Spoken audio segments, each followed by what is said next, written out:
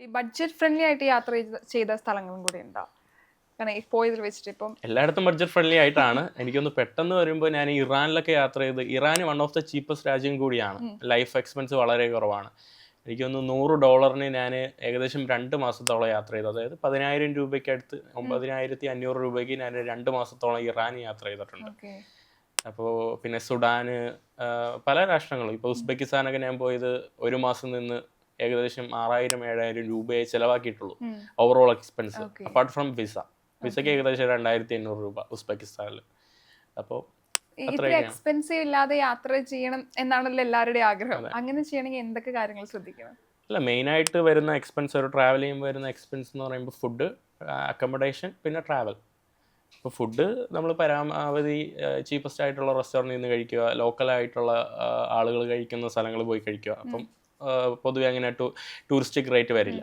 പിന്നെ വരുന്ന transportation depends upon your comfort. ഇപ്പോൾ ഫ്ലൈറ്റിൽ പോകണമെന്ന് വിചാരിച്ചാൽ അത്ര എക്സ്പെൻസ് ആവും. അപ്പോൾ ഇങ്ങനെ ഷെയർ ടാക്സി വഴിയോ അല്ലെങ്കിൽ ബസ് വഴിയോ ഒക്കെ പോവുക. പിന്നെ വരുന്ന അക്കോമഡേഷൻ പറ്റുന്നവർ ചീപ്പായിട്ടുള്ള ഹോട്ടലിൽ നിൽക്കുക, എക്സ്പെൻസീവ് ആയിട്ടുള്ളതിൽ പോവാതിരിക്കുക. അതിൽ നിന്നും പറ്റുന്നവർ ക്യാമ്പ് ചെയ്യുക, അല്ലെങ്കിൽ വല്ല പള്ളിയിലോ അമ്പലത്തിലോ ഒക്കെ പോയി കിടക്കുക. അപ്പം എല്ലാവർക്കും അത് പറ്റണമെന്നില്ല. അപ്പം പരമാവധി ചീപ്പസ്റ്റ് ആയിട്ടുള്ള ഹോട്ടൽ എടുക്കുക. പല വെബ്സൈറ്റ് നോക്കുക. ബുക്ക് ചെയ്യുമ്പോൾ ഡയറക്റ്റ് ഒരു വെബ്സൈറ്റിൽ നിന്ന് തന്നെ നോക്കാതെ ആ സെയിം സ്ഥലം തന്നെ പല വെബ്സൈറ്റുകൾ കയറിയിട്ട് അതൊക്കെ ഒന്ന് റെഫറൻസ് എടുത്തിട്ട് അങ്ങനെ ചെയ്യുക. ഈ ഒറ്റക്കും ട്രാവൽ ചെയ്തിട്ടുണ്ട്, ആളുകളുടെ കൂടെയും ട്രാവൽ ചെയ്തിട്ടുണ്ടല്ലോ, ഏറ്റവും സൗകര്യം ഏതാണ്? പല ആളുകളും സോളോ ട്രാവൽ എന്ന് പറയുന്ന കൺസെപ്റ്റ് ഭയങ്കര ഫേമസ് ആയതുകൊണ്ട് എപ്പോഴും ആളുകൾ എപ്പോഴും പറയുന്നത് സോളോ ആണ് ബെസ്റ്റ് എന്നാണ്. ബട്ട് എനിക്കിഷ്ടം സോളോയും കാട്ടി ഒരാളും കൂടി കൂടുതലുള്ളതാണ്. നമുക്ക് പെട്ടെന്ന് നമുക്ക് എന്തെങ്കിലും അനുഭവങ്ങൾ ഉണ്ടെങ്കിൽ, അല്ലെങ്കിൽ നമുക്കിപ്പോൾ ഭയങ്കര നെഗറ്റീവായിട്ടിരിക്കുകയാണ്, പോസിറ്റീവായിട്ടിരിക്കുകയാണ്, ഭയങ്കര ഹാപ്പി ആയിട്ടിരിക്കുകയാണ്, ഭയങ്കര സാഡായിട്ട് എന്ത് വന്നാലും അത് നമ്മളടുത്ത് ഒരാൾ ഷെയർ ചെയ്യാൻ പറ്റുന്ന ഒരാളുണ്ടെങ്കിൽ അത് ഭയങ്കര ബെസ്റ്റാണ്. അപ്പോൾ സോളോ ട്രാവൽ എന്ന് പറയുന്ന concept world full widely accepted ആയതുകൊണ്ടാണ് ആളുകൾ ആരും പറയാത്തത് സത്യത്തിൽ രണ്ടുപേരുള്ളതാണ് ബെസ്റ്റ് എന്ന്. ബട്ട് ചിലപ്പോൾ എൻ്റെ പേഴ്സണൽ വ്യൂ മാത്രമായിരിക്കണം. ബട്ട് വേറൊരാളും കൂടി ഉള്ളപ്പോൾ എനിക്കൊന്ന് one of the best experience ആണെന്ന് തോന്നുന്നു. ബട്ട് എപ്പോഴും നിങ്ങളുടെ എല്ലാ കാര്യങ്ങളും ടോളറേറ്റ് ചെയ്യാൻ പറ്റുന്നവരായിരിക്കണം. രണ്ടുപേരും അങ്ങോട്ടും ഇങ്ങോട്ടും, രണ്ടുപേരും ഒരേ ഒരു മൈൻഡ് സെറ്റൊക്കെ ആയിരിക്കണം. ഈ ഒറ്റയ്ക്ക് ട്രാവൽ ചെയ്യുന്ന സമയത്ത് ഇപ്പം ഓരോ രാജ്യങ്ങളും ഓരോ തരത്തിലാണ്, അവിടുത്തെ ആളുകളും ചിലപ്പോഴൊക്കെ നമ്മൾ വിചാരിച്ച പോലെ റെസ്പോൺസ് അവരിൽ നിന്ന് കിട്ടിയെന്ന് വരില്ല, ചിലപ്പോൾ ഹെൽപ്പ് കിട്ടിയെന്ന് വരില്ല. ഈ സമയത്തൊക്കെ നമ്മൾ ചിലപ്പോൾ ഒറ്റപ്പെട്ട അവസ്ഥയിലിരിക്കുമല്ലോ. അങ്ങനെ തോന്നിയ പെട്ടെന്ന് തന്നെ ആ ഒരു രാജ്യം വിട്ട് മറ്റൊരു രാജ്യത്തേക്ക് എത്രയും പെട്ടെന്ന് പോകണം എന്ന് തോന്നിയിട്ടുള്ള മൊമെന്റ്സ് ഉണ്ടായിട്ടുണ്ടോ? എപ്പോഴും ഉണ്ടാവാറുണ്ട്. ഞാൻ പല ആളുകൾ ചോദിക്കും, നീ ഇങ്ങനെ യാത്ര മടുക്കാറില്ലേന്ന്. അപ്പം ഞാൻ മടുക്കുന്നത് എനിക്ക് ഈ ഒരു സോഷ്യൽ ഇൻട്രാക്ഷൻ ചെയ്യാൻ പറ്റാത്ത സമയങ്ങളിലാണ്, ഒരു സോഷ്യൽ കണക്ഷൻസ് കിട്ടാത്ത സമയത്താണ്. അപ്പം അങ്ങനെയുള്ള രാജ്യങ്ങളൊക്കെ വരുമ്പോൾ ഞാൻ പൊതുവേ മടുക്കും. ഇപ്പോൾ ഞാൻ ഇനി പോകുന്നത് UK കാരണം UK വിസ എടുത്തിട്ട് 6 മാസത്തിൽ കൂടുതലായി, അതിപ്പോൾ തീരും. അപ്പം ഞാൻ ജസ്റ്റ് യൂസ് ചെയ്യാമെന്ന് വിചാരിച്ചു. ചിലപ്പോൾ ഇങ്ങനെയുള്ള രാജ്യങ്ങളിൽ പോകുമ്പോൾ പെട്ടെന്ന് സോഷ്യൽ ഇൻട്രാക്ഷൻ കിട്ടാൻ പാടാണ്, പബ്ലിക്കായിട്ട് പൊതുവെ ലോക്കൽ ആയിട്ടുള്ള നേറ്റീവ്സിൻ്റെ അടുത്തുനിന്ന്. അപ്പോൾ പൊതുവെ ഇങ്ങനെ ബോറടിക്കാറുണ്ട്. അപ്പം മറ്റുള്ള രാജ്യങ്ങളിലോട്ട്. അതേസമയം ഞാൻ ഇറാനൊക്കെ പോയത് 3 വർഷം മുന്നെയാണ്. ആ സമയത്തൊക്കെ ഇറാനിൽ പോയിട്ട് ഇനിയും വിസ ഉണ്ടായിരുന്നെങ്കിൽ എന്ന് ആലോചിച്ചു പോയി അവിടെ നിൽക്കാനായിട്ട്. നമുക്ക് ഒരു രാജ്യം വിട്ട് തിരിച്ചു വരാൻ തോന്നാത്ത രാജ്യങ്ങൾ കുറേ ഉണ്ട്. ഇപ്പൊ ഇറാനൊക്കെ എന്ന് പറയുമ്പോൾ എനിക്ക് ഒരിക്കലും പോകാൻ തോന്നിയില്ല. കാരണം നല്ല ആളുകളായിരുന്നു. അപ്പം നമ്മൾ വീണ്ടും വീണ്ടും അവിടെ തന്നെ നിൽക്കാൻ തോന്നും. അല്ലെങ്കിൽ പല മിഡിൽ ഈസ്റ്റ് ഭാഗത്തോ അല്ലെങ്കിൽ ചില ആഫ്രിക്കൻ രാഷ്ട്രങ്ങളിലൊക്കെ എനിക്ക് കൂടുതൽ ദിവസം നിൽക്കണമെന്ന് തോന്നിയിട്ടുണ്ട്. ഓക്കെ. അല്ലാതെ നമുക്ക് വീടൊക്കെ വിട്ട് മാറി നിൽക്കുന്നു, തിരിച്ച് പെട്ടെന്ന് ഒരു ഡിപ്രഷൻ മൂഡൊക്കെ നമുക്ക് സംഭവിക്കാമല്ലോ. അങ്ങനത്തെ അവസ്ഥയിലൂടെ ഡിപ്രഷൻ മൂഡ് ആകെ സംഭവിക്കുന്നത് ആളില്ലാത്തപ്പോഴാണ്. കൂടെ സംസാരിക്കാൻ ആളില്ലാത്ത സമയത്തോ 2-3 ദിവസമായിട്ട് ഒരാളുടെ വീട്ടിൽ സ്റ്റേ ചെയ്യാൻ പറ്റുന്നില്ല, അല്ലെങ്കിൽ ഒരു വെറുതെ ഇങ്ങനെ യാത്ര ചെയ്യുന്നു, സ്ഥലങ്ങൾ കാണുന്നു എന്നുള്ള ഒരു മൂഡ് വരുമ്പോൾ മാത്രമേ എനിക്കിങ്ങനെ ബോറടിക്കാറുള്ളൂ. അല്ലെങ്കിൽ ഓരോ സ്ഥലത്ത് പോകുമ്പോൾ വേറെ വ്യത്യസ്തമായിട്ടുള്ള ആളുകൾ അവരോട് നിൽക്കുന്നു, അവരുടെ കൂടെ സ്പെൻഡ് ചെയ്യാൻ പറ്റുന്നു, എന്നാൽ പിന്നെ അങ്ങനെ ബോറൊന്നും തോന്നാറില്ല. എപ്പോഴെങ്കിലും താമസ സ്ഥലം ഒന്നും കിട്ടാതെ ആരും അടുപ്പിക്കാതെ ഒരു രാജ്യത്ത് നിൽക്കേണ്ടി വന്ന സിറ്റുവേഷൻ ഉണ്ടോ? ധാരാളം ഉണ്ടായിട്ടുണ്ട്, ധാരാളമാണ്. അപ്പം നമ്മൾ ക്യാമ്പ് ചെയ്യാൻ പറ്റുമല്ലോ. ക്യാമ്പ് ചെയ്യാൻ പറ്റിയില്ലെങ്കിൽ ഇപ്പോൾ ഏതെങ്കിലും സ്ഥലത്ത് കിടന്നാൽ മതി.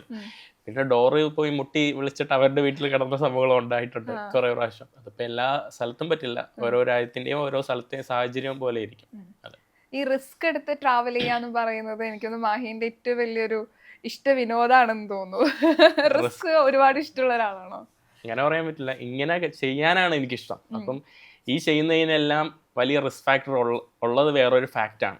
അപ്പം അതുകൊണ്ടാണ് ഇപ്പം എൻ്റെ ഒരു അഡ്വഞ്ചർ എന്ന് പറയുമ്പോൾ ഇങ്ങനെയുള്ള പല രാജ്യങ്ങളിൽ പോകുന്നതും അല്ലെങ്കിൽ എന്താ പറയുക കോൺഫ്ലിക്റ്റ് റീജിയനിലൊക്കെ പോകുന്നതൊക്കെയാണ്. അപ്പം ഇവിടെ എല്ലാം റിസ്ക് ഉള്ളത് മറ്റൊരു ഫാക്റ്റാണ്.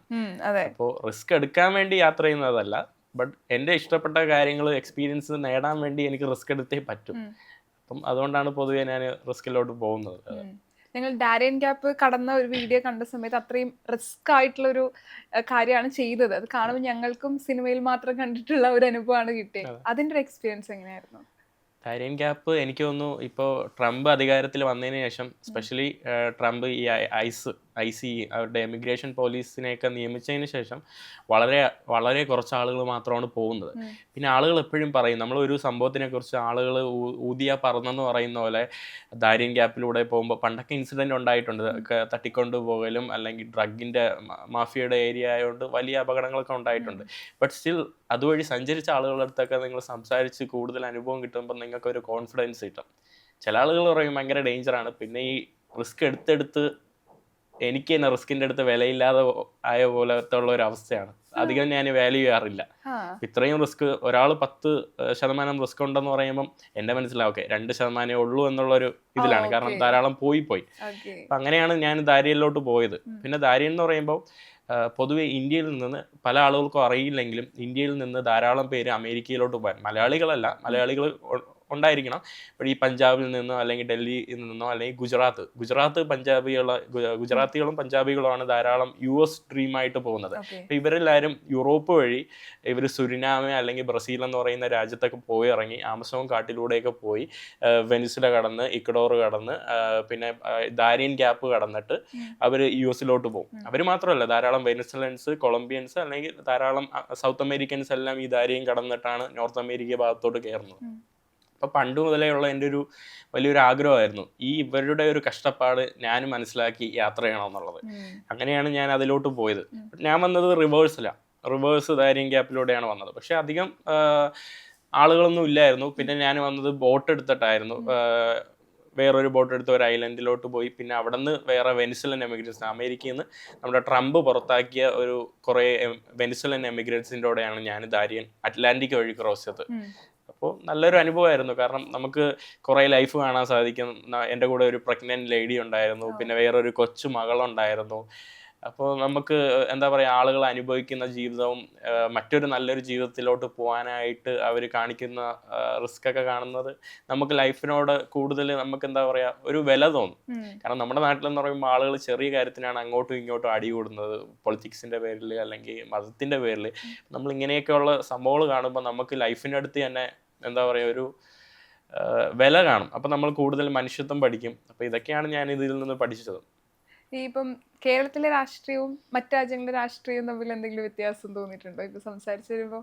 അല്ല, രാഷ്ട്രീയം എല്ലായിടത്തും അറ്റ് ദ എൻഡ് വരുന്നത് എന്താ പറയുക ഒരു പവർ ഹോൾഡ് ചെയ്യാൻ വേണ്ടിയാണ്.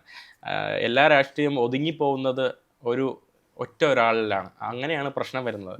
ഇപ്പോൾ ലോകത്തെല്ലായിടത്തും ഇപ്പോൾ ഒരു പരിധി വരെയുള്ള രാഷ്ട്രീയങ്ങൾ സെയിം ആയിട്ടാണ് പൊയ്ക്കൊണ്ടിരിക്കുന്നത്. അവർ വേറെ ആശയപരമായിട്ട് തുടങ്ങും, ആളുകളെ അങ്ങനെ ഇൻസ്പയർ ചെയ്യും. പിന്നെ അറ്റ് ദ എൻഡ് വരുന്നത് ഒറ്റ ഒരാളിലാണ്. അപ്പോൾ ഈ ഒറ്റ ഒരാളിൽ വരുമ്പോഴാണ് കൂടുതൽ ഡിക്റ്റേറ്റർഷിപ്പായിട്ടും അല്ലെങ്കിൽ വേറൊരു വ്യത്യാസമായിട്ട് മാറുന്നത്. ഇപ്പം US-ലെ ഡെമോക്രസി നോക്കിയാലും അല്ലെങ്കിൽ നമ്മുടെ നാട്ടിലെ പല സ്ഥലത്തെ ഡെമോക്രസി നോക്കിയാലും അറ്റ് ദ എൻഡ് ആ ഒരു വലിയൊരു ഡെമോക്രസി ഒരാളിന് മാത്രം ചുരുങ്ങിപ്പോകുന്നുണ്ട്. അവിടെയാണ് പ്രശ്നം വരുന്നത്. അപ്പൊ പലയിടത്തും നമുക്ക് ഒരുപോലെ തോന്നാറുണ്ട്. ഇപ്പം മറ്റു രാജ്യങ്ങളിൽ ട്രാവൽ ചെയ്യുന്ന സമയത്ത് കേരളത്തിൽ നിന്ന് അഡാപ്റ്റ് ചെയ്യണം എന്ന് തോന്നിയിട്ടില്ല, അവിടുത്തെ ആളുകൾ അഡാപ്റ്റ് ചെയ്യണം എന്ന് തോന്നിയിട്ടുള്ളതും അവിടുത്തെ ആളുകൾ തിരിച്ചും? എനിക്ക് തോന്നുന്നു, ഒന്ന് വീട്ടിൽ കയറുമ്പോൾ ചെരുപ്പ് ഊരി വെച്ചിട്ട് കയറുന്നത് എനിക്ക് തോന്നുന്നു നല്ലൊരു ആശയമാണ്. അത് വളരെ സിമ്പിൾ ആയിട്ടുള്ള ഒരു സംഭവമാണ്. But still one of the best culture എന്ന് വേണമെങ്കിൽ പറയാം. നമ്മളൊരു വീട്ടിൽ അതെ, മറ്റു രാജ്യങ്ങൾ എല്ലാ നാടുകളിലും അത് ചെയ്യാറില്ല. ബട്ട് എന്നാലും ലോകത്ത് പല ഭാഗങ്ങളിലും ഇത് വൈഡ്ലി അക്സെപ്റ്റഡ് ആയിട്ടുള്ള ഒരു സംഭവമാണ്. പുറത്തുനിന്ന് ഇട്ട ആ ഷൂസ് തന്നെ ചപ്പൽ വെച്ചിട്ട് അവർ വീട്ടിൻ്റെ അകത്തോട്ട് കയറുന്നത്. അപ്പം ആ ഒരു ചെറിയൊരു സംഭവം എനിക്ക് ഭയങ്കര എല്ലാ ലോകത്തും അങ്ങനെ ആയിരുന്നെങ്കിൽ. പിന്നെ ആഹാരം കഴിച്ചിട്ട് വാഴുന്ന സംഭവം, അതെനിക്കത് കേരളം വിട്ടിട്ട് പുറത്തു പോയാൽ തന്നെ വളരെ കാണാൻ പറ്റാത്ത ഒരു സംഭവമാണ്. മലയാളികൾ കഴിച്ചിട്ട് ആ സമയത്ത് തന്നെ കഴിവാറുണ്ട്. ഇവിടെ അത് എനിക്ക് തോന്നുന്നു പല രാജ്യങ്ങളിലും വളരെ കുറവാണ്. അവർ പറയും അവർ ബ്രഷ് ചെയ്യും. നമ്മൾ മലയാളികൾ 2 തവണ ബ്രഷ് ചെയ്യില്ല, അവർ 2 തവണ ബ്രഷ് ചെയ്യും, അത് ഫാക്റ്റാണ്. ബട്ട് സ്റ്റിൽ ഇതും എനിക്ക് തോന്നുന്നു നല്ലൊരു സംഭവമാണെന്ന് തോന്നുന്നു. തിരിച്ച് പറയാനേ കാണുള്ളൂ. അങ്ങനെയല്ല, പൊതുവെ ചില രാജ്യങ്ങളെ പോലെ നമ്മളും വെൽക്കമിങ് ആയിരുന്നു. മലയാളികൾ പൊതുവെ വെൽക്കമിങ് തന്നെയാണ്. എന്നാലും ഇപ്പോൾ ഒരു മിഡിൽ ഈസ്റ്റിനെയൊക്കെ പോലെ ഞാൻ ചിലപ്പോൾ ആലോചിക്കാറുണ്ട്, നമ്മളും വെൽക്കമിങ് ആയിരുന്നെങ്കിൽ നല്ലതായിരുന്നു എന്ന് വിചാരിക്കാറുണ്ട്. പിന്നെ ഇപ്പോൾ പല യൂറോപ്യൻ രാഷ്ട്രങ്ങളിലെ പോലെ ക്ലീൻനെസ് അത് വൺ ഓഫ് ദ എപ്പോഴും തോന്നിക്കുന്ന ഒരു രാജ്യമാണ്. എല്ലായിടത്തും ട്രാഷ് വലിച്ചെറിയുന്നത്, അപ്പം അതില്ലായിരുന്നെങ്കിൽ എന്ന് തോന്നിയിട്ടുണ്ട്. പിന്നെ ഈ ഹോണടി, ഇപ്പോൾ വരുന്ന സമയത്ത് എല്ലാവരും അങ്ങോട്ടും ഇങ്ങോട്ടും വെറുതെ ഹോൺ അടിക്കും. ഇപ്പം ഫ്രണ്ടിലൊരു വണ്ടിയുണ്ട്. പിന്നെ നമ്മുടെ നാട്ടിലെ ഹോങ്കിങ് കൾച്ചർ എന്ന് പറയുമ്പോൾ ഇത് തന്നെയാണ്. അതായത് മറ്റൊരാൾ എടുത്ത് അറിയിക്കുക ഞാൻ വരുവാണ് എന്നുള്ളത്, ഞാൻ ഇവിടെ ഉണ്ട് എന്നത്. അതാണ് വേറൊരു ഫാക്ടർ. അതുകൊണ്ടാണ് പല ആളുകൾ ഹോങ്കിങ് ചെയ്യുന്നത്. ബട്ട് സ്റ്റിൽ ഹോങ്കിങ് ചെയ്തില്ലെങ്കിൽ ഭയങ്കര പീസ്ഫുൾ ആയിരിക്കും. റോഡിലൂടെ ഭയങ്കര പീസ്ഫുൾ ആയിരിക്കും. അങ്ങനെ പീസ്ഫുൾ ആയിട്ട് യാത്ര ചെയ്തിട്ടുള്ള ഒരു സ്ഥലമുണ്ട് യൂറോപ്പിലൊക്കെ. ഇപ്പൊ യൂറോപ്പ് നമ്മൾ വെൽക്കമിങ് അല്ലെങ്കിലും അവർക്ക് കുറേ നല്ല ക്വാളിറ്റീസ് ഉണ്ട്.